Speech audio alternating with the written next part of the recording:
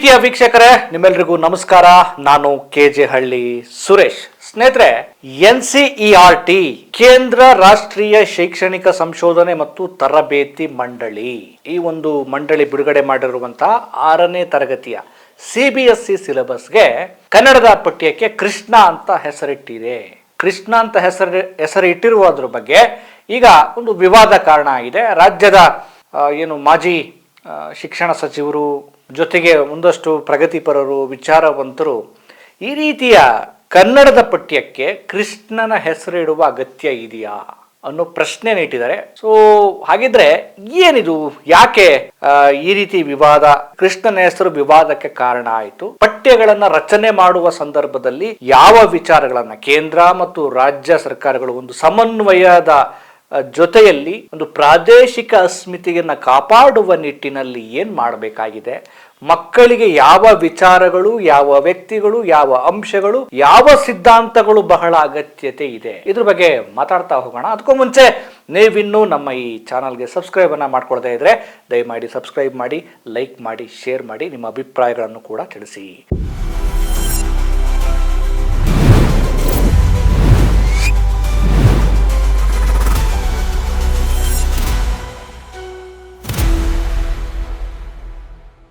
ಸ್ನೇಹಿತರೆ, ಕೇಂದ್ರ ಸರ್ಕಾರ ಅಂದ್ರೆ ಒಕ್ಕೂಟ ಸರ್ಕಾರ, ಕೇಂದ್ರದಲ್ಲಿರುವಂತಹ ನರೇಂದ್ರ ಮೋದಿ ನೇತೃತ್ವದ ಸರ್ಕಾರ ಕಳೆದ 12 ವರ್ಷಗಳಲ್ಲಿ ಈ ಸರ್ಕಾರ ಮಾಡ್ತಿರುವಂತಹ ಅಧ್ವಾನಗಳು, ಎಡವಟ್ಟುಗಳು ನಿಮಗೆ ಗೊತ್ತೇ ಇದೆ. ನಾವು ಪ್ರತಿದಿನವೂ ಮಾತಾಡ್ತಾ ಇರ್ತೀವಿ. ನೀವು ಕೂಡ ಈ ಸರ್ಕಾರದ ವೈಫಲ್ಯದ ಪರಿಣಾಮವಾಗಿ ಯಾವ ರೀತಿ ಸಮಸ್ಯೆಗಳನ್ನು ಅನುಭವಿಸ್ತಿದ್ದೀರಿ ಅಂತೇಳಿ ನಾವು ಪ್ರತ್ಯೇಕವಾಗಿ ಹೇಳುವ ಅಗತ್ಯ ಇಲ್ಲ.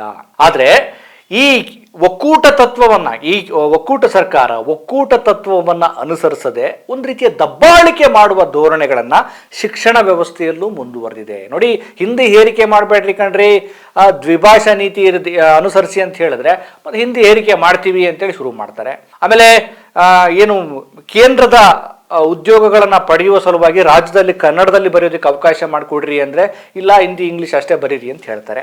ಅಂದ್ರೆ ಇತರೆ ಹಿಂದಿ ಅಲ್ಲದ ರಾಜ್ಯಗಳ ಅಂದ್ರೆ ದಕ್ಷಿಣ ಭಾರತದ ರಾಜ್ಯಗಳಲ್ಲಿ ಹಿಂದಿ ಹೇರಿಕೆ ಮತ್ತು ಉತ್ತರ ಭಾರತದ ಹೇರಿಕೆಯನ್ನು ಇವರು ನಿರಂತರವಾಗಿ ಎಲ್ಲಾ ರೀತಿಯಲ್ಲೂ ಮಾಡ್ತಾ ಇದ್ದಾರೆ. ಈಗ ಶಿಕ್ಷಣ ಕ್ಷೇತ್ರಕ್ಕೂ ಬಂದಿದೆ. ಈಗ ಮತ್ತೊಂದು ವಿವಾದ ಏನು ಅಂದ್ರೆ NCERT ಏನಿದೆಯಲ್ಲ, ಇದು ಕೇಂದ್ರದ ರಾಷ್ಟ್ರೀಯ ಶೈಕ್ಷಣಿಕ ಸಂಶೋಧನಾ ಮತ್ತು ತರಬೇತಿ ಸಂಸ್ಥೆ, ಒಂದು ಪಠ್ಯ ಪುಸ್ತಕ, ಕನ್ನಡದ ಪಠ್ಯ ಪುಸ್ತಕ, ಅದರಲ್ಲಿ ಕೃಷ್ಣನ ಹೆಸರು ಇಟ್ಟಿರುವಂತದ್ದು ಈಗ ವಿವಾದಕ್ಕೆ ಕಾರಣ ಆಗಿದೆ. ನೀವು ನೋಡಿದಿರಿ, ಈ ಕೇಂದ್ರ ಸರ್ಕಾರ, ಈ ನರೇಂದ್ರ ಮೋದಿ ನೇತೃತ್ವದ ಕೇಂದ್ರ ಸರ್ಕಾರ, ಇವರು ಹೇಳೋದೇನು, ಇವರ ಸಿದ್ಧಾಂತಗಳೇನು, ಇವರು ಏನನ್ನ ಹೇಳೋದಕ್ಕೆ ಇಷ್ಟಪಡ್ತಾರೆ, ಯಾವುದನ್ನ ಹೇರೋದಕ್ಕೆ ಇಷ್ಟಪಡ್ತಾರೆ ಅಂದ್ರೆ, ಒಂದು ಧರ್ಮ ಬಿಟ್ಟು ಇವ್ರು ಮಾತೇ ಆಡಲ್ಲ. ಧರ್ಮ, ಇನ್ನೊಂದು ದೇವರು ಅಂದ್ರೆ ರಾಮ, ಕೃಷ್ಣ, ಇವ್ರಿಗೆ ಬೇಕೇ ಬೇಕು. ಆಮೇಲೆ ಭಾಷೆ, ಹಿಂದಿ, ಭಾರತ ಅಂದ್ರೆ ಹಿಂದಿನ ರಾಷ್ಟ್ರೀಯ ಭಾಷೆ ಅಂತ ಒಂದ್ ರೀತಿಯ ಸುಳ್ಳನ್ನ ಎಲ್ಲ ಕಡೆ ಪುಕಾರ ಹಬ್ಬಿಸ್ಬಿಟ್ಟಿದ್ರು.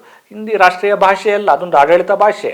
ಈಗ ಎಲ್ಲಾ ರಾಜ್ಯಗಳಲ್ಲೂ ತನ್ನ ಹಿಂದಿಯನ್ನ, ತನ್ನ ಧರ್ಮವನ್ನ, ತನ್ನ ಈ ಸಿದ್ಧಾಂತವನ್ನ ಹೇರೋದಕ್ಕೆ ಹಂತವಾಗಿ ಅವರು ಪ್ರಯತ್ನ ಪಡ್ತಾ ಇದ್ದಾರೆ. ಈಗ ಮಕ್ಕಳ ವಿಷಯದಲ್ಲೂ, ಮಕ್ಕಳು ಓದುವ ವಿಷಯಗಳಲ್ಲೂ ಕೂಡ ಇವರು ಕೇಸರೀಕರಣ ಮಾಡೋದಕ್ಕೆ ಹೊರಟಿದ್ದಾರೆ. ಈಗ ಕನ್ನಡದ ಪಠ್ಯ ಪುಸ್ತಕವನ್ನ ರಚನೆ ಮಾಡುವಾಗ ಈ CBSE ಏನ್ ಸಿಲೆಬಸ್ ಇದೆಯಲ್ಲ, ಸೊ ಇಲ್ಲಿ ವಿಶ್ವಾಸಕ್ಕೆ ತೆಗೆದುಕೊಳ್ಬೇಕಾಗಿರೋದೇನು ಅಂದ್ರೆ NCERT, DSERT ಅನ್ನು ತೆಗೆದುಕೊಳ್ಬೇಕು. ಪಠ್ಯ ಪುಸ್ತಕ ರಚನೆಯಲ್ಲಿ ಕರ್ನಾಟಕ ಶೈಕ್ಷಣಿಕ ಸಂಶೋಧನಾ ತರಬೇತಿ ಸಂಸ್ಥೆ, ನಿಮ್ದು ಕೇಂದ್ರದ್ದು ಇದೆಯಲ್ಲಪ್ಪ, ಕೇಂದ್ರದ ಜೊತೆ ಕರ್ನಾಟಕದ ಶೈಕ್ಷಣಿಕ ತರಬೇತಿ ಸಂಸ್ಥೆಯನ್ನ ವಿಶ್ವಾಸಕ್ಕೆ ತೆಗೆದುಕೊಂಡು ಅವರ ಜೊತೆ ಒಂದು ಚರ್ಚೆ ಮಾಡಿ ಕರ್ನಾಟಕದ ಪ್ರಾದೇಶಿಕ ಅಸ್ಮಿತೆಗೆ ಅನುಗುಣವಾಗಿ ಯಾವ ಪಠ್ಯಗಳನ್ನು ಇಡಬೇಕು, ಯಾವ ಹೆಸರನ್ನು ಇಡಬೇಕು ಅಂತೇಳಿ ನೀವು ಡಿಸ್ಕಸ್ ಮಾಡಬೇಕು. ನೀವು ಒಂದು ಚಿಂತನೆ ಮಾಡಬೇಕು. ನೀವು ಉತ್ತರ ಭಾರತದ ಯಾವುದೋ ಹೆಸರನ್ನು ನಾವು ಕರ್ನಾಟಕದಲ್ಲಿ ಇಡ್ತೀರಿ ಅಂತಂದ್ರೆ ನಮ್ಗೆ ಸಹಜವಾಗಿ ನಮ್ಮಲ್ಲೇ ತುಂಬಾ ಇದೆಯಲ್ಲಪ್ಪ, ನಮ್ಮಲ್ಲೇ ಒಂದು ಪರಂಪರೆ ಇದೆ, ನಮ್ಮಲ್ಲೇ ಒಂದು ಸಂಸ್ಕೃತಿ ಇದೆ ಅಂತ ತಗಾದೆಯನ್ನ, ವಿರೋಧವನ್ನ, ವಿಮರ್ಶೆಯನ್ನ ಮಾಡೋದು ಸಹಜ. ಈಗ ಇವರ ಈ ಅಜೆಂಡಾವನ್ನ, ಇವರ ಕೇಸರೀಕರಣವನ್ನ ಕರ್ನಾಟಕದ ಮಕ್ಕಳ ಪಠ್ಯದಲ್ಲೂ, ಆ ಮೂಲಕ ಅವರ ಮೆದುಳಲ್ಲೂ ಹೇರುವ ಹುನ್ನಾರವನ್ನ ಇವರು ಮಾಡ್ತಾ ಇದ್ದಾರೆ. ಕನ್ನಡದ ಪಠ್ಯ ಪುಸ್ತಕದಲ್ಲಿ ಕೃಷ್ಣನ ಹೆಸರು, ಈಗ ಕೃಷ್ಣ ಒಬ್ಬ ಪುರಾಣ ಪುರುಷ, ದೈವ ಪುರುಷ, ಉತ್ತರ ಭಾರತದಲ್ಲಿ ಪ್ರಖ್ಯಾತಿಯನ್ನ ಪಡೆದಿರುವಂತಹ, ಉತ್ತರ ಭಾರತದ ಸಂಸ್ಕೃತಿಯಲ್ಲಿ ಬಹಳ ಮೈದಳೆದಿರುವಂತಹ ದೇವರು ಮತ್ತು ಪುರಾಣ ಪುರುಷ. ಆ ಒಂದು ಪುರಾಣ ಪುರುಷನ ಹೆಸರನ್ನ ಕರ್ನಾಟಕದ ಮಕ್ಕಳ ಪಠ್ಯ ಪುಸ್ತಕದಲ್ಲಿ ಇಡುವ ಅವಶ್ಯಕತೆ ಏನು ಅನ್ನೋದೇ ಪ್ರಶ್ನೆ. ಈಗ ಕರ್ನಾಟಕ ಅಂದ್ರೆ ಒಂದು ಎಚ್ಚರಿಕೆಯ, ಒಂದು ಪ್ರಗತಿಪರ, ಒಂದು ವೈಚಾರಿಕ, ಒಂದು ಬಹುತ್ವದ ನೆಲೆಯ ಒಂದು ಬೆಳಕು ಅಂತಾನೆ ಹೇಳ್ಬೋದು. ನಮ್ಮಲ್ಲಿ ಪಂಪನಿಂದ ಹಿಡಿದು ಇವತ್ತಿನ ಕುವೆಂಪು, ಬಸವಣ್ಣವರು, ಕನಕರು, ದಾಸರು, ಸಂತರು, ಶರಣರು, ಕಬೀರರು ಎಲ್ಲರ ನೆಲವೀಡು ಒಂದು ಸೌಹಾರ್ದತೆಯ ನೆಲವೀಡು. ಇವರು ನಮ್ಮ ರಸಋಷಿ ಕುವೆಂಪು ಹೇಳ್ತಾರಲ್ಲ, ಸರ್ವ ಜನಾಂಗದ ಶಾಂತಿಯ ತೋಟ ಇದು ಅಂತ ಒಂದು ಅಸ್ಮಿತೆ ಇದೆ. ಇಲ್ಲಿ ನಿಮಗೆ ವಚನ ಬೇಕಾಗಿದೆ, ನಿಮಗೆ ಭಕ್ತಿ ಬೇಕಾಗಿದೆ, ನಿಮಗೆ ಬಂಡಾಯ ಬೇಕಾಗಿದೆ, ಸೌಹಾರ್ದತೆ ಬೇಕಾಗಿದೆ. ಒಟ್ಟು ಎಲ್ಲ ನೆಲೆಯಲ್ಲಿ ಹರಿದು ಬಂದ ಒಂದು ಏನದು ಜ್ಞಾನದ ಪ್ರವಾಹ ಕರ್ನಾಟಕದಲ್ಲಿದೆ. ಹೀಗಿರುವಾಗ ನೀವು ಪಠ್ಯ ಪುಸ್ತಕದ ಹೆಸರನ್ನ ಕರ್ನಾಟಕದ ಬಸವಣ್ಣವ್ರ ಹೆಸರಲ್ಲೋ, ಕನಕದಾಸರ ಹೆಸರಲ್ಲೋ, ಕುವೆಂಪು ಅವರ ಹೆಸರಲ್ಲೋ, ಪಂಪನ ಹೆಸರಲ್ಲೋ ಇಟ್ರೆ ಅದು ನಮ್ಮ ಪ್ರಾದೇಶಿಕ ಅಸ್ಮಿತೆಗೆ ಒಂದು ಹೆಚ್ಚು ಒತ್ತು ಕೊಟ್ಟಂಗಾಗತ್ತೆ. ಮಕ್ಕಳಿಗೆ ಅದ್ರ ಬಗ್ಗೆ ಪ್ರೀತಿಯೂ ಮೂಡುತ್ತೆ. ನಿಮಗೆ ರಾಮ ಬೇಕು, ಕೃಷ್ಣ ಬೇಕು ಅಂತ ಹೇಳಿ ಇಲ್ಲಿ ನಮ್ಮ ಕನ್ನಡದ ಪಠ್ಯ ಪುಸ್ತಕದಲ್ಲೂ ನೀವು ಕೃಷ್ಣನ ಹೆಸರು ಸೇರಿಸ್ಬಿಟ್ರೆ, ಕೃಷ್ಣನ ವಿಚಾರವನ್ನ ತೆಗೆದುಕೊಂಡು ನಮಗಾಗಬೇಕಾಗಿರುವ ಲಾಭಗಳೇನು? ಇವು ಸಂವಿಧಾನದ ಆಶಯಗಳೇನಿದೆ? ಸಂವಿಧಾನದ ಆಶಯ ಏನು? ಸಂವಿಧಾನದ ಆಶಯ ಪುರಾಣಗಳನ್ನ ನೀವು ಓದಿಸಿ, ಪುರಾಣಗಳನ್ನ ಓದಿ, ಭಕ್ತಿಯ ಗ್ರಂಥಗಳನ್ನ ಓದಿ ಅಂತ ಹೇಳ್ತಾ ಇಲ್ಲ. ಸಂವಿಧಾನದ ಆಶಯಗಳೇನು? ವೈಚಾರಿಕ ಮತ್ತು ವೈಜ್ಞಾನಿಕ ವಿಜ್ಞಾನದ ವಿಷಯಗಳನ್ನ ಮಕ್ಕಳಲ್ಲಿ ನೀವು ತುಂಬಬೇಕು. ಅನ್ವೇಷಣಾ ಮನೋಧರ್ಮವನ್ನ ತುಂಬಬೇಕು. ಇವುದು ಬಿಜೆಪಿಯ ಮನಸ್ಥಿತಿಯನ್ನ, ಬಿಜೆಪಿಯ ಒಂದು ಸಿದ್ಧಾಂತವನ್ನ ಕರ್ನಾಟಕದ ಮಕ್ಕಳಲ್ಲಿ ನೀವು ಹೇರುವ ಪ್ರಯತ್ನ ಮಾಡಿದ್ರೆ ಅದು ಮಕ್ಕಳ ಮಾನಸಿಕತೆಗೆ, ಮಕ್ಕಳ ಬೌದ್ಧಿಕ ಬೆಳವಣಿಗೆಗೆ ಮತ್ತು ಅವರು ಒಂದ್ ರೀತಿ ಅಂಧಭಕ್ತರಾಗಿ ತಯಾರಾಗುವ ನಿಟ್ಟಿನಲ್ಲಿ ನೀವು ಒಂದ್ ರೀತಿ ಕುತಂತ್ರ ಮಾಡ್ದಂಗಲ್ಲ ಇದು ಮೋದಿ ಸರ್ಕಾರ. ಈಗ ನಾವು ಕರ್ನಾಟಕ ದೇಶದ ತುಂಬಾ ನಾವು ಬರೇ ಅಂಧಭಕ್ತರನ್ನ ನೋಡ್ತಿದೀವಿ. ಅವ್ರಿಗೊಂದು ವೈಚಾರಿಕವಾದ ಪ್ರಜ್ಞೆ ಇಲ್ಲ, ವೈಜ್ಞಾನಿಕವಾದ ಪ್ರಜ್ಞೆ ಇಲ್ಲ, ಒಂದು ಸಾಂಸ್ಕೃತಿಕವಾದ ಪ್ರಜ್ಞೆ ಇಲ್ಲ. ಒಂದ್ ರೀತಿ ಜಡ ಆಗಿದ್ದಾರೆ ಅವರು. ಜಡ ಪ್ರಶ್ನೆ ಮಾಡುವ ಮನೋಭಾವವನ್ನೇ ಕಳೆದುಕೊಂಡಿರುವಂತಹ ಒಂದು ದೊಡ್ಡ ಸಮೂಹದ ವಲಯವನ್ನೇ ಮೋದಿ ಒಂದು ಸರ್ಕಾರ ಕ್ರಿಯೇಟ್ ಮಾಡಿಬಿಟ್ಟಿದೆ. ಅವ್ರೇನ್ ಮಾಡಿದಕ್ಕೂ ಕೂಡ ಜೈಕಾರ ಕೂಗುವ ಅನುಯಾಯಿಗಳ ಗುಂಪನ್ನ ಇವರು ಸೃಷ್ಟಿ ಮಾಡಿದೆ. ಇಂತಹ ಸಂದರ್ಭದಲ್ಲಿ ಕರ್ನಾಟಕದಲ್ಲಿ ನೀನು ಯಾವುದನ್ನೂ ಕೂಡ ಪ್ರಶ್ನೆ ಮಾಡದೆ ಒಪ್ಪಿಕೊಳ್ಳಬೇಡ ಅನ್ನುವಂತ ನೆಲದ ಸಂಸ್ಕೃತಿ ನಮ್ದು. ಎಚ್ ನರಸಿಂಹಯ್ಯನವರು ಅವರ ಒಂದು ಚೇರ್ ಮೇಲೆ ಒಂದು ಕ್ವಶನ್ ಮಾರ್ಕ್ ಯಾವಾಗ್ಲೂ ಒಂದು ದೊಡ್ಡದಾಗಿ ಕ್ವಶನ್ ಮಾರ್ಕ್ ಹಾಕೊಂಡಿದ್ರು. ಇದ್ರ ಅರ್ಥ ಏನು? ಅವರು ಬೆಂಗಳೂರು ಯೂನಿವರ್ಸಿಟಿಯ ಉಪಕುಲಪತಿಗಳಾಗಿದ್ರು, ಬಸವನಗುಡಿ ಅಲ್ಲಿ ಕಾಲೇಜ್ನಲ್ಲಿ ಅವರು ಪ್ರಿನ್ಸಿಪಾಲ್ ಆಗಿದ್ರು, ಅಮೆರಿಕಕ್ಕೆ ಹೋಗಿದ್ರು. ಒಂದು ವೈಚಾರಿಕ ಚಿಂತನೆಗಳನ್ನ ಎಲ್ಲ ಕಡೆ ಹರಿಬಿಟ್ರು ಅವ್ರು ಹೇಳ್ತಿದ್ರು ಏನು, ನೀನು ಯಾವುದನ್ನು ಎಚ್ ನರಸಿಂಹಯ್ಯನವ್ರಿಗೆ ಈ ಚಿಂತನೆ ಯಾಕೆ ಬಂತಂದ್ರೆ ಬುದ್ಧನಿಂದ. ನೀವು ಬುದ್ಧ ಅನ್ನೋ ಹೆಸರಿಟ್ಟಿದ್ರೆ ಯಾರು ತೆಗೆಯಲ್ಲ. ಯಾಕಂದ್ರೆ ಬುದ್ಧ ಮನುಷ್ಯರ ಪರವಾಗಿ ಕೆಲಸ ಮಾಡ್ದ. ಮನುಷ್ಯರ ಸಂಕಟಗಳ ಬಗ್ಗೆ, ಮನುಷ್ಯರ ಪ್ರಗತಿಯ ಬಗ್ಗೆ, ಮನುಷ್ಯರ ನೆಮ್ಮದಿಯ ಬಗ್ಗೆ ಕೆಲಸ ಮಾಡ್ದ ಬುದ್ಧನ ಚಿಂತನೆಗಳನ್ನ ಅಳವಡಿಸಿಕೊಂಡಂತ ಎಚ್ ನರಸಿಂಹಯ್ಯನವರು ನೀನು ಯಾವುದನ್ನು ಕೂಡ ಪ್ರಶ್ನೆ ಮಾಡದೆ ಒಪ್ಪಿಕೊಳ್ಳಬೇಡ ಅಂತ ಹೇಳಿ ಒಂದು ವೈಜ್ಞಾನಿಕವಾದ ಪ್ರಶ್ನೆ ಮಾಡುವ ಮನೋಭಾವವನ್ನ ಎಚ್ ನರಸಿಂಹಯ್ಯನವರು ಯಾವಾಗ್ಲೂ ಹೇಳ್ತಾ ಇದ್ರು. ಆದ್ರೆ ನಿಮ್ಮ ಸಿದ್ಧಾಂತಗಳೇನು? ಈ ಬಿಜೆಪಿಯ ಮತ್ತು ಮೋದಿ ಸರ್ಕಾರದ, ಮೋದಿ ವಲಯದ ಸಿದ್ಧಾಂತಗಳೇನು ಅಂದ್ರೆ, ನೀನು ಪ್ರಶ್ನೆಯನ್ನೇ ಮಾಡಬೇಡ, ನಾನು ಹೇಳಿದ್ದನ್ನ ನೀನು ಅನುಸರಿಸು, ನೀನು ತಟ್ಟೆಯನ್ನು ಬಡಿ. ನಾನು ತಟ್ಟೆಯನ್ನು ಬಡಿಯಲು ಹೇಳಿದರೆ ನೀನು ಏನಾದ್ರೂ ಬಡಿ. ಆಗ ಕರೋನಾ ಕಾಲದಲ್ಲಿ ಏನ್ ಹೇಳಿದ್ರು ಇವರು? ಏನೋ ಒಂದು ವೈಜ್ಞಾನಿಕವಾದ ವಿಚಾರಗಳೇ ಇವರಿಗೆ ಗೊತ್ತಿಲ್ಲ. ಕೊರೋನಾ ಹೋಗ್ಬಿಡುತ್ತೆ, ದೀಪ ಹಚ್ಚಿ ಅಂತ ಹೇಳಿದ್ರು. ಏನೋ ಬಿಡಪ್ಪ, ದೇಶದ ಜನರಲ್ಲ ಈ ಒಂದು ಸಂದರ್ಭವನ್ನು ಎದುರಿಸಕ್ಕೆ ಒಂದು ಮಾನಸಿಕವಾದ ಧೈರ್ಯ ಬರಲಿ ಅಂತ ಹೇಳಿ ಹೇಳಿದ್ರೇನೋ ಅಂತ ಅಂದ್ಕೊಳ್ಳೋಣ. ಆದ್ರೆ ಇವರ ಮಾತನ್ನ ಕೇಳಿದ ಅಂಧ ಭಕ್ತರು ಮಾಡಿದ್ದೇನು? ಒಂದ್ ಸಣ್ಣ ದೀಪ ಹಚ್ಚ್ರಪ್ಪ, ಪೂಜೆ ಮಾಡ್ರಪ್ಪ ಅಂತ ಹೇಳಿದ್ರೆ ಬಿಲ್ಡಿಂಗ್ಗಳಿಗೆ, ಮನೆಗಳಿಗೆ ಬೆಂಕಿ ಹಚ್ಚಿಬಿಟ್ರು. ತಟ್ಟೆ ಡ್ರಮ್ಮು ಲೋಟ ಏನು ಅಧ್ವಾನ ಮಾಡಾಕ್ಬಿಟ್ರು. ಇದು ಯಾಕಂಗಾಗುತ್ತೆ ಅಂದ್ರೆ, ಪ್ರಶ್ನೆ ಮಾಡುವ ಮನೋಭಾವವೇ ಇಲ್ದಿದ್ದಾಗ ಈ ರೀತಿ ಆಗತ್ತೆ. ಅರೆ ಮೋದಿ ಯಾಕೆ ಹೇಳ್ತಿದ್ದಾರೆ? ಮೋದಿ ಹೇಳುವ ಮಾತಲ್ಲಿ ಏನಾದ್ರೂ ವೈಜ್ಞಾನಿಕತೆ ಇದೆಯಾ, ವೈಚಾರಿಕತೆ ಇದೆಯಾ, ಇದರಲ್ಲಿ ಏನಾದ್ರೂ ಸತ್ಯಾಂಶ ಇದೆಯಾ ಅನ್ನುವಂತ ಪ್ರಶ್ನೆ ಮಾಡುವ ಮನೋಭಾವವನ್ನ ಮಕ್ಕಳಲ್ಲಿ ಸೃಷ್ಟಿ ಮಾಡಿದ್ರೆ ಅವು ಪ್ರಶ್ನೆ ಮಾಡ್ತವೆ.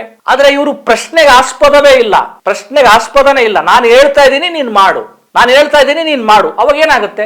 ದಡ್ಡರ, ಅಜ್ಞಾನಿಗಳ, ಮೊಬ್ಬು ಭಕ್ತರ ಸಮೂಹ ಸೃಷ್ಟಿಯಾಗುತ್ತೆ. ಈಗ ನೀವು ಕರ್ನಾಟಕದಲ್ಲೂ ನಮ್ಮ ಮಕ್ಕಳು, ವಿದ್ಯಾರ್ಥಿಗಳು ಕೂಡ ಮೊಬ್ಬು ಭಕ್ತರಾಗಿ ಕ್ರಿಯೇಟ್ ಆಗ್ಲಿ ಅಂತೇಳಿ ನೀವು ಈ ರೀತಿಯ ಕೃಷ್ಣನ ಹೆಸರು ಹೇಳ್ತಿದ್ದೀರಿ. ಮಕ್ಕಳಲ್ಲಿ ವೈಚಾರಿಕತೆನ ಹೇಳ್ಬೇಕಾಗಿತ್ತು, ನೀವು ವಿಜ್ಞಾನವನ್ನು ಹೇಳ್ಬೇಕಾಗಿತ್ತು, ಕರ್ನಾಟಕದ ಅಸ್ಮಿತೆಯನ್ನು ತುಂಬಬೇಕು. ಪುರಾಣದ ವಿಚಾರಗಳಿಗಿಂತ ನಮಗೆ ವೈಜ್ಞಾನಿಕವಾದ ಸತ್ಯಗಳು ಬೇಕಾಗಿದೆ ಇವತ್ತು. ಪುರಾಣಗಳು, ಕಟ್ಟುಕಥೆಗಳು ಇವು ಇರುತ್ತವೆ ಅವರವರ ನಂಬಿಕೆಗೆ ಅನುಸಾರವಾಗಿ. ಆದರೆ ಯಾವುದೋ ಒಂದು ಧರ್ಮದ, ಉದಾಹರಣೆಗೆ ಹಿಂದೂ ಧರ್ಮದ ಪುರಾಣಗಳಲ್ಲಿ ಬರುವ ಕೃಷ್ಣನ ಹೆಸರನ್ನ ಹೇಗೆ ಇಡೋದಕ್ಕೆ ಸಾಧ್ಯ ಆಗುತ್ತೆ? ಯಾಕಂದ್ರೆ ಕರ್ನಾಟಕದಲ್ಲಿ ಏನು ಹಿಂದೂಗಳಿದ್ದಾರೆ, ಮುಸ್ಲಿಮ್ರಿದ್ದಾರೆ, ಬೌದ್ಧರಿದ್ದಾರೆ, ಜೈನರಿದ್ದಾರೆ, ಎಲ್ಲರನ್ನೂ ಒಳಗೊಂಡ ಒಂದು ಪಟ್ಟಿ ಆಗ್ಬೇಕಲ್ಲ. ಯಾವುದೋ ಒಂದು ಧರ್ಮದ ಹೆಸರನ್ನ ಅಲ್ಲಿ ಇಟ್ಬಿಟ್ರೆ ಅದು ಹಿಂಗೆ ಜಾತ್ಯತೀತ ಮತ್ತು ಎಲ್ಲರನ್ನೂ ಒಳಗೊಳ್ಳುವಂತ ಒಂದು ಪಟ್ಟಿ ಆಗತ್ತೆ. ಮತ್ತೆ ಆ ಪಠ್ಯದ ನೀವು ಸೂಚಿಸುವಂತ ವ್ಯಕ್ತಿಯನ್ನ ಯಾವ ನೆಲೆಯಲ್ಲಿ ಮಕ್ಕಳು ನೋಡ್ಬೇಕಾಗಿದೆ. ಹಾಗಾಗಿ NCERT ಏನಿದೆಯಲ್ಲ, ಈ ಪಠ್ಯವನ್ನು ರಚನೆ ಮಾಡುವಾಗ ಕರ್ನಾಟಕದವ್ರನ್ನ ವಿಶ್ವಾಸಕ್ಕೆ ತೆಗೆದುಕೊಳ್ಬೇಕು, ಇಲ್ಲಿನ ಸಂಸ್ಕೃತಿಯನ್ನು ಅರ್ಥ ಮಾಡ್ಕೊಳ್ಬೇಕು. ಆಮೇಲೆ ಇನ್ನೊಂದು ಇದರಲ್ಲಿ ಸೇರಿಸಿದ್ದಾರೆ. ಅದರಲ್ಲಿ ಇನ್ನೊಂದು ಏನಂದ್ರೆ ಆಹಾರದ ವಿಚಾರಕ್ಕೆ ಸಂಬಂಧಪಟ್ಟಾಗೆ ಹೇಳಿದ್ದಾರೆ. ಒಂದು ಸಮತೋಲಿತ ಆಹಾರ ಯಾವುದು ಅಂತಂದ್ರೆ ಅದು ಹಾಲು ಮತ್ತು ಹಣ್ಣು ಅಂತೆ. ಆದರ್ಶವಾದ ಆಹಾರ ಹಾಲು ಮತ್ತು ಹಣ್ಣು. ಅಂದ್ರೆ ಈ ಮೂಲಕ ನೀವು ಹಾಲು ಹಣ್ಣು ಅಷ್ಟೇ ಅಂತ ಹೇಳುವ ಮೂಲಕ ಬಹುಜನರು ಸೇವಿಸುವ, ತಿನ್ನುವ ಮಾಂಸ ಆಹಾರವನ್ನ ನೀವು ವಿರೋಧಿಸ್ತಿದ್ದೀರಿ. ಆದರ್ಶ ಆಹಾರ ಹಾಲು ಮತ್ತು ಹಣ್ಣು. ಹಾಗಾದ್ರೆ ಮೊಟ್ಟೆ ಅಲ್ವಾ? ಹಾಗಾದ್ರೆ ಮಾಂಸ ಅಲ್ವಾ? ಇದು ಒಳ್ಳೆಯ ಪೌಷ್ಟಿಕಾಂಶದ ಆಹಾರ ಅಲ್ವಾ?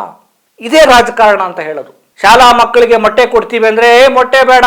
ನಿಮಗೆ ಗೊತ್ತಿದೆಯಾ ವೈಜ್ಞಾನಿಕವಾಗಿ ಮೊಟ್ಟೆಯಲ್ಲಿರುವಂತ ಪೋಷಕಾಂಶಗಳು ಯಾವ ಆಹಾರದಲ್ಲೂ ಇಲ್ಲ? ಈ ಸತ್ಯ ಗೊತ್ತಿದ್ಯಾ? ವೈಜ್ಞಾನಿಕವಾಗಿ ವೈಚಾರಿಕವಾಗಿ ಯೋಚನೆ ಮಾಡೋರಿಗೆ ಮಾತ್ರ ಮೊಟ್ಟೆಯಲ್ಲಿರುವ ಪೌಷ್ಟಿಕಾಂಶತೆ ಏನು ಅನ್ನೋದು ಗೊತ್ತಾಗುತ್ತೆ. ಅಯ್ಯೋಯ್ಯೋ ಮೊಟ್ಟೆ ಮಾಂಸಾಹಾರ ತಿಂದು ಬಿಟ್ರೆ ಮಡಿ ಆಗ್ಬಿಡ್ತೀವಿ ಅಥವಾ ಅಶುದ್ಧ ಆಗೋಗ್ಬಿಡ್ತೀವಿ ಅಂಥೇಳಿ ಮಕ್ಕಳಲ್ಲಿ ಯಾಕೆ ಅದನ್ನು ತುಂಬ್ತೀರಿ? ಈ ಜಗತ್ತಲ್ಲಿ ಮೊಟ್ಟೆಗೆ ಪರ್ಯಾಯವಾದ ಆಹಾರ ಇಲ್ವೇ ಇಲ್ಲ. ಅಷ್ಟೊಂದು ರಿಚ್ ಪ್ರೋಟೀನ್ಸ್ ಮೊಟ್ಟೆಯಲ್ಲಿರುತ್ತೆ. ನಿಮಗೆ ಬಾಳೆಹಣ್ಣಲ್ಲೂ ಸಿಗಲ್ಲ, ನಿಮ್ದು ಯಾವುದೇ ಮಿಠಾಯಿಯಲ್ಲೂ ಸಿಗಲ್ಲಪ್ಪ, ತರಕಾರಿಯಲ್ಲೂ ಸಿಗಲ್ಲ. ಮೊಟ್ಟೆಯಲ್ಲಿ ಅಷ್ಟು ರಿಚ್ ಪ್ರೋಟೀನ್ಸ್ ಇರುತ್ತೆ. ಅದನ್ನು ತಿನ್ನುವಂತ ಬಹುಸಂಖ್ಯಾತ ಮಕ್ಕಳಿದಾವಪ್ಪ. ಮಾಂಸವನ್ನ ತಿನ್ನುವಂತ ಬಹುಸಂಖ್ಯಾತ ಜನರಿದ್ದಾರೆ. ಅಂದ್ರೆ ನಿಮ್ಮ ದೃಷ್ಟಿಯಲ್ಲಿ ಹಾಲು ಮತ್ತು ಹಣ್ಣು ಅಷ್ಟೇ ಆದರ್ಶ ಆಹಾರ ಅಂತಂದ್ರೆ ನೀವು ಈ ಆಹಾರದ ರಾಜಕಾರಣ ಮಾಡುವ ಮೂಲಕ ಮಾಂಸಾಹಾರ ಸೇವನೆ ಮಾಡೋರನ್ನ ವಿರೋಧ ಮಾಡ್ತಾ ಇದ್ದೀರಿ, ತಾರತಮ್ಯ ಮಾಡ್ತಾ ಇದ್ದೀರಿ. ಇದನ್ನೇ ಹೇಳೋದು. ಈ ರೀತಿಯ ಪಠ್ಯಗಳಲ್ಲಿ ಕೇಸರೀಕರಣ ಮಾಡೋದು, ಮತ್ತೆ ಆಹಾರದಲ್ಲಿ ತಾರತಮ್ಯ ಮಾಡೋದು, ಕೇಸರೀಕರಣ ಮಾಡೋದು, ಇದನ್ನ ಬಿಡಿ. ಮಕ್ಕಳಲ್ಲಿ ನೀವು ಬಿಜೆಪಿಗರಾಗ್ರಿ, ನೀವು ಕಾಂಗ್ರೆಸ್ರಾಗಿ, ನರೇಂದ್ರ ಮೋದಿ ಭಕ್ತರಾಗಿ, ಇನ್ಯಾರೋ ಭಕ್ತರಾಗಿ, ಯಾರೇ ಆಗಿರಿ, ನಿಮ್ಮ ಮನೆಗಳಲ್ಲಿ ಮಕ್ಕಳಲ್ಲಿ ನೀವು ಈ ಬಿಜೆಪಿ ಅಜೆಂಡಾವನ್ನು ಅಥವಾ ಕಾಂಗ್ರೆಸ್ ಅಜೆಂಡಾವನ್ನು ಅಥವಾ ಹಿಂದುತ್ವದ ಅಜೆಂಡಾವನ್ನು ಇನ್ಯಾವುದೋ ಧರ್ಮದ ಅಜೆಂಡಾವನ್ನು ತುಂಬುವುದರ ಬದಲಾಗಿ ಮಕ್ಕಳಲ್ಲಿ ಮೊದಲು ವೈಚಾರಿಕವಾಗಿ ಮತ್ತು ವೈಜ್ಞಾನಿಕವಾಗಿ ಯೋಚಿಸುವ ಮನೋಧರ್ಮವನ್ನು ಸೃಷ್ಟಿ ಮಾಡಿ. ನಾನೇ ಹೇಳಲಿ ನೀವೇ ಹೇಳಲಿ, ಯಾವುದನ್ನು ಕೂಡ ಪ್ರಶ್ನೆ ಮಾಡದೆ ಒಪ್ಪಿಕೊಳ್ಳದೆ ಇರುವಂತ, ಅವರು ಪ್ರಶ್ನೆ ಮಾಡಿ ಸತ್ಯವನ್ನ ಕಂಡುಕೊಳ್ಳುವಂತ ಅವರ ಮನಸ್ಥಿತಿಯನ್ನ ನೀವು ಸೃಷ್ಟಿ ಮಾಡಿ. ಮುಖ್ಯವಾಗಿ ಈ ಬಿಜೆಪಿಗರು, ಕಾಂಗ್ರೆಸ್ಸಿಗರು, ನರೇಂದ್ರ ಮೋದಿ ಭಕ್ತರು, ಯಾರ್ಯಾರೋ ಭಕ್ತರು ಇದ್ದಾರೆ, ನೀವೆಲ್ಲರೂ ಕೂಡ ನಿಮ್ಮ ಮಕ್ಕಳಿಗೆ ಮತ್ತು ನಿಮಗೆ ಮೊದಲು ಯಾವ್ದು ಗೊತ್ತಾಗಬೇಕಾಗಿದೆ ಅಂದ್ರೆ ಈ ದೇಶದ ಸಂವಿಧಾನದ ಆಶಯಗಳೇನಪ್ಪ. ಈ ದೇಶ ನಡೀತಾ ಇರೋದು ಏನು ಭಗವದ್ಗೀತೆಯಿಂದ ನಡೀತಾ ಇಲ್ಲ. ಈ ದೇಶ ರಾಮಾಯಣ ಮಹಾಭಾರತದಿಂದಲೂ ನಡೀತಾ ಇಲ್ಲ, ಅಥವಾ ಏನು ಮುಸ್ಲಿಂ ಧರ್ಮ ಗ್ರಂಥದಿಂದಲೂ ನಡೀತಾ ಇಲ್ಲ, ಕ್ರಿಶ್ಚಿಯನ್ ಧರ್ಮದ ಗ್ರಂಥದಿಂದಲೂ ನಡೀತಾ ಇಲ್ಲ, ಯಾವ ಗ್ರಂಥಗಳಿಂದಲೂ ನಡೀತಾ ಇಲ್ಲ. ಅವರವರ ಧರ್ಮ ಗ್ರಂಥಗಳು, ಅವರವರ ವೈಯಕ್ತಿಕವಾದ ಆಚರಣೆಗಳು ಅವರವರ ಖಾಸಗಿ ಬದುಕಿನಲ್ಲಿ. ಆದರೆ ಈ ದೇಶದ ಸಾರ್ವಜನಿಕ ಬದುಕಿನಲ್ಲಿ ನಾವೆಲ್ಲರೂ ಒಗ್ಗೂಡಿ ಬದುಕಬೇಕಾಗಿರುವುದು ಸಂವಿಧಾನ ಅನ್ನುವಂತ ಬಹುಜನರ ಭಾರತೀಯರ ಗ್ರಂಥದಿಂದ ಅನ್ನೋದನ್ನ ನಾವು ಅರ್ಥ ಮಾಡ್ಕೊಳ್ಬೇಕು. ಅಂಥ ಒಂದು ಗ್ರಂಥದ ಆಶಯಗಳೇನು, ಅದೇನು ಹೇಳಕ್ ಹೊರಟಿದೆ, ಅದರ ಮುಖ್ಯ ಅಂಶಗಳೇನು, ಡಾಕ್ಟರ್ ಬಾಬಾ ಸಾಹೇಬ್ ಅಂಬೇಡ್ಕರ್ ಅವರು ಅದರಲ್ಲಿ ಏನ್ ಹೇಳಕ್ ಹೊರಟಿದ್ದಾರೆ, ಶಿಕ್ಷಣದ ವಿಚಾರದ ಬಗ್ಗೆ ಏನ್ ಹೇಳಿದ್ದಾರೆ, ಮೂಲಭೂತ ಹಕ್ಕುಗಳೇನು, ನಮ್ಮ ಕರ್ತವ್ಯಗಳೇನು, ಸಮಾಜವಾದ ಅಂದ್ರೇನು, ಭ್ರಾತೃತ್ವ ಅಂದ್ರೇನು, ಸ್ವಾತಂತ್ರ್ಯ ಅಂದ್ರೇನು, ಸಹೋದರತೆ ಅಂದ್ರೇನು, ಮಾನವ ಹಕ್ಕುಗಳು ಅಂದರೇನು, ಸೌಹಾರ್ದತೆ ಅಂದ್ರೇನು, ಮಮತೆ, ಪ್ರೀತಿ, ಕರುಣೆ, ಕಾರುಣ್ಯ ಅಂದರೇನು, ಇವೆಲ್ಲಕ್ಕೂ ಉತ್ತರ ಕಂಡ್ಕಂಡೇ ಇಲ್ಲ. ಏನಾಗ್ಬಿಟ್ಟಿದ್ರಿ, ಎಲ್ಲ ಗುತ್ತಿಗೆ ಆಗ್ಬಿಟ್ಟಿದ್ರಿ. ಒಂದ್ ಧರ್ಮಕ್ಕೆ ಒಂದಷ್ಟು ಜನ ಗುತ್ತಿಗೆಗಳು. ನಾನು ಈ ಧರ್ಮದ ರಕ್ಷಕ, ನಾನು ಈ ಧರ್ಮದ ರಕ್ಷಕ. ಫಸ್ಟು ಸಂವಿಧಾನದ ವ್ಯಾಲ್ಯೂಸ್ಗಳನ್ನ ನೀವು ಅರ್ಥ ಮಾಡ್ಕೊಂಡ್ರೆ ಒಳ್ಳೆ ಪ್ರಜೆಗಳಾಗೋದಕ್ಕೆ ಸಾಧ್ಯ. ಇಲ್ಲ ಅಂದ್ರೆ ಮೌಢ್ಯಗಳ ಸುಳಿಯಲ್ಲಿ, ಮೂಲಭೂತವಾದಿತನದ ಈ ಮದದಲ್ಲಿ ನೀವು ನಿಮ್ಮನ್ನೇ ಕಳೆದುಕೊಳ್ಳುತ್ತೀರಿ, ನಿಮ್ಮ ಮಕ್ಕಳ ಭವಿಷ್ಯವನ್ನು ಹಾಳು ಮಾಡ್ತೀರಿ. ಹಾಗಾಗಿ ಕರ್ನಾಟಕದ ಪಠ್ಯದಲ್ಲಿ ಮುಖ್ಯವಾಗಿರಬೇಕಾಗಿರುವುದು ಕರ್ನಾಟಕದ ಸೌಹಾರ್ದತೆ, ಸಮಾನತೆ ಮತ್ತು ಭ್ರಾತೃತ್ವ, ಪ್ರೀತಿ, ಇಲ್ಲಿನ ಸಂಸ್ಕೃತಿ, ಬಸವಣ್ಣ ಬೇಕು, ನಮಗೆ ಅಕ್ಕಮಹಾದೇವಿ ಬೇಕು, ಕನಕ ಬೇಕು, ಕುವೆಂಪು ಅವರು ಬೇಕು, ಶಿಶುನಾಳ ಶರೀಫ್ ಬೇಕು, ಈ ಥರದ ಚಿಂತನೆಗಳನ್ನು ಬಿತ್ತುವ ಕೆಲಸವನ್ನು ಮಾಡಿ. ಏನಂತೀರಿ? ನಮಸ್ಕಾರ.